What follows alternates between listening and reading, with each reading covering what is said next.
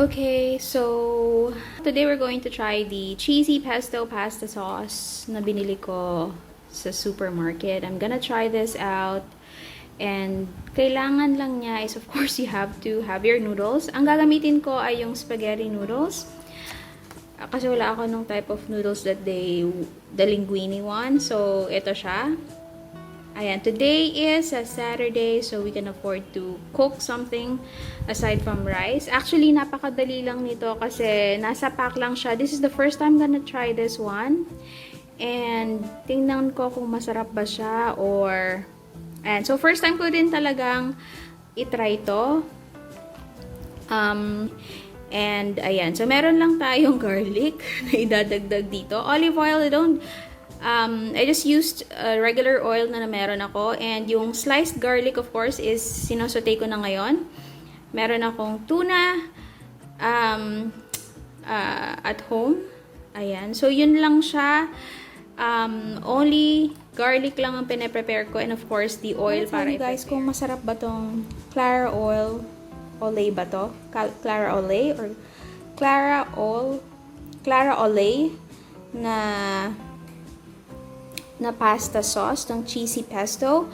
Maganda sana kung may extra cheese. Okay lang, wala ako sa fridge ng cheese. Pero this one is the cheesy pesto and let's see if it tastes good.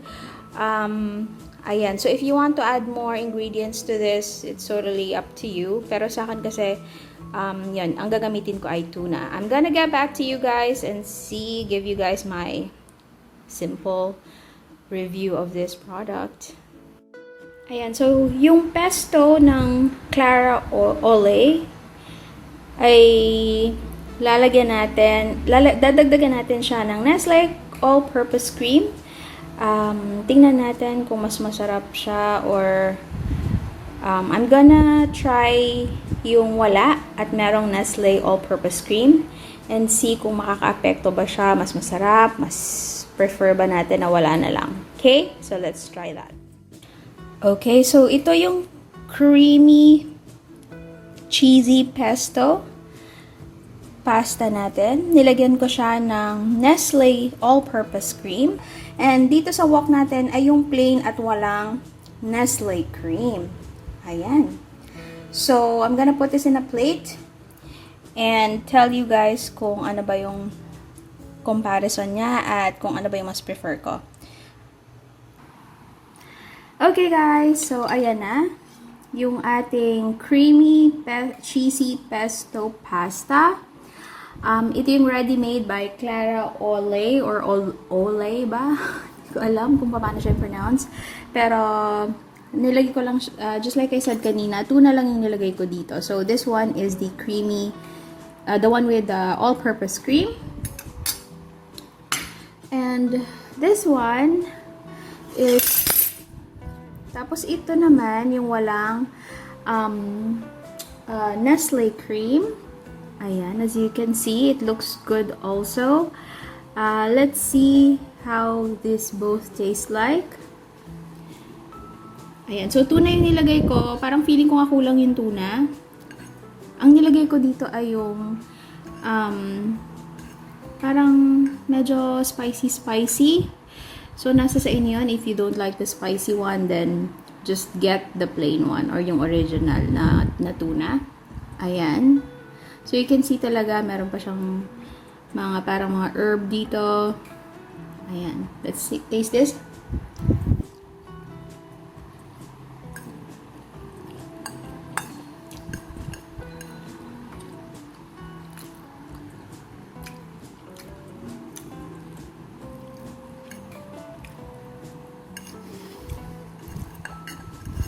It's good.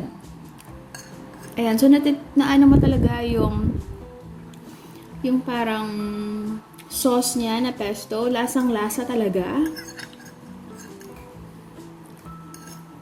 And I like it kasi medyo spicy. Although, like I said, kung ayaw niyo yung spicy, piliin niyo yung tuna na hindi masyadong spicy.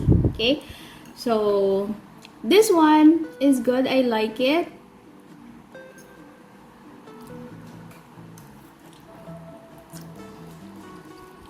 I think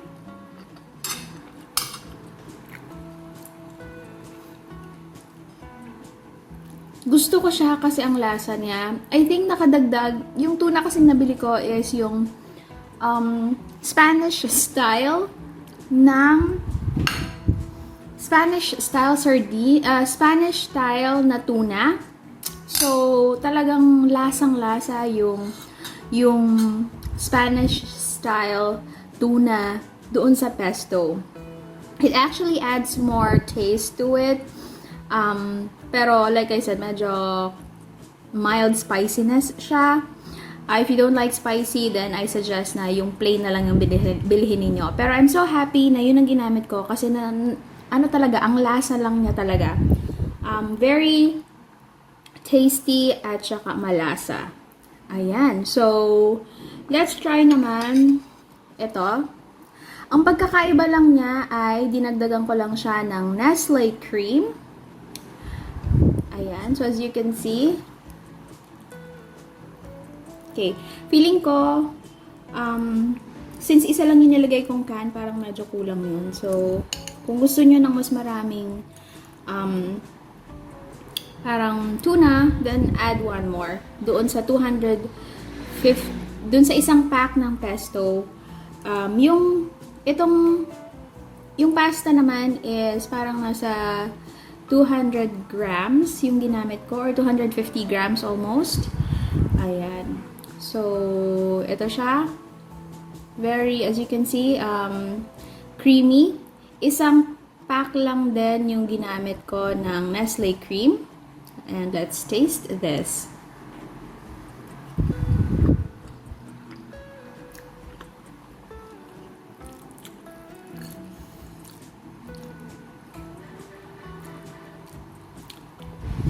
I think this one is slightly better than the other one. I don't know why, pero mas prefer ko yung creamy pesto.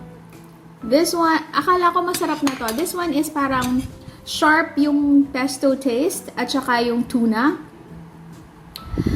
Masarap na siya for me, ha. Nalalasahan mo na yung pesto, yung tuna, it's perfect. But this one, the one with the Nestle Cream, if you like yung parang creamy taste and then pesto, you're gonna like this. And sobrang dali niya lang i-prepare. I can't believe I can prepare this in under, like, syempre you have to cook the pasta. Pero yung sauce, sobrang daling gawin. Kasi ready-made na yung ating Clara Ole. Please tell me how to pronounce that. Kung may manunood man ito. Basta yung Clara Ole na cheesy pesto is perfect. I think I like this one better. Although I like them both. In fairness, gusto ko silang pareho, pero this one takes it to a whole new level. Probably because of the Nestle Cream. So, talagang winner ang Nestle Cream. Ayan.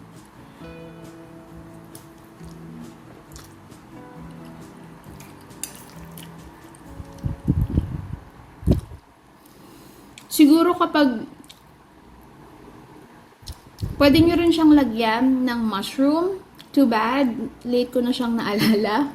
Pero I do have a can of mushroom dyan. At hindi ko siya nalagyan. Probably because pesto rin to. Hindi ako masyadong familiar sa how to cook pesto. Pero almost this tastes like the pesto sauce. And then siguro to slightly bigyan siya ng different variety. Lagyan natin siya ng mushroom next time. If you guys are gonna cook it, you can try that. Baka sabihin ng iba, di magluto na lang ng carbonara. Pero this one has that pesto taste. Diba? Because of, yun nga, pesto naman talaga yung ating sauce. But this one is really better. Pero, hindi ko masasabi na talo niya to. Kasi masarap din to eh. Alam niyo yun guys. Pag hindi kayo masyadong mahilig sa creamy taste, ito okay na to para sa inyo. I think this one is really a winner as well. But for my taste, I like the creaminess of this one. Sayang kasi wala akong garlic bread. That would be really great. Yung ready-made pesto ng Clara ay a must-buy if you're craving for for pesto at gustong magluto sa bahay. If you know how to cook your own pesto sauce, then that would be great. If you want it to be creamy, just add all-purpose cream. So this one is definitely a thumbs up. So, ayan, pag nag-crave kayo and you wanna cook at home, alam nyo naman ngayon kasi quarantine, hindi tayo masyadong makalabas lagi. And sometimes, pag pumunta naman kayo sa restaurant, limited din yung mga ino-offer nila na pasta. So, I'm gonna enjoy this na. And I hope you guys was able to decide whether to buy Clara Ole Pesto Sauce. Try nyo kahit minsan. Pero I'm sure you're going to love it. And if you guys want to know more about, if you guys are looking for more reviews, pwedeng food, pwedeng items, Shopee item reviews, I have loads of that in my channel, and nag-link din ako ng ibang recipes sa description box if you guys want to know more. I'm not an expert cook, kaya nga ready-made sauce yung ginawa natin today. I also try some simple recipes. Ayan, so being hindi naman tayo magaling magluto, this one is already a winner. So, ayan, I'm gonna enjoy this na. I hope you enjoy your Saturday. Today is June 5. So, I hope you enjoy your Saturday, and I'm gonna eat this na. Again, this is Christine from Work, Eat, Travel. Bye!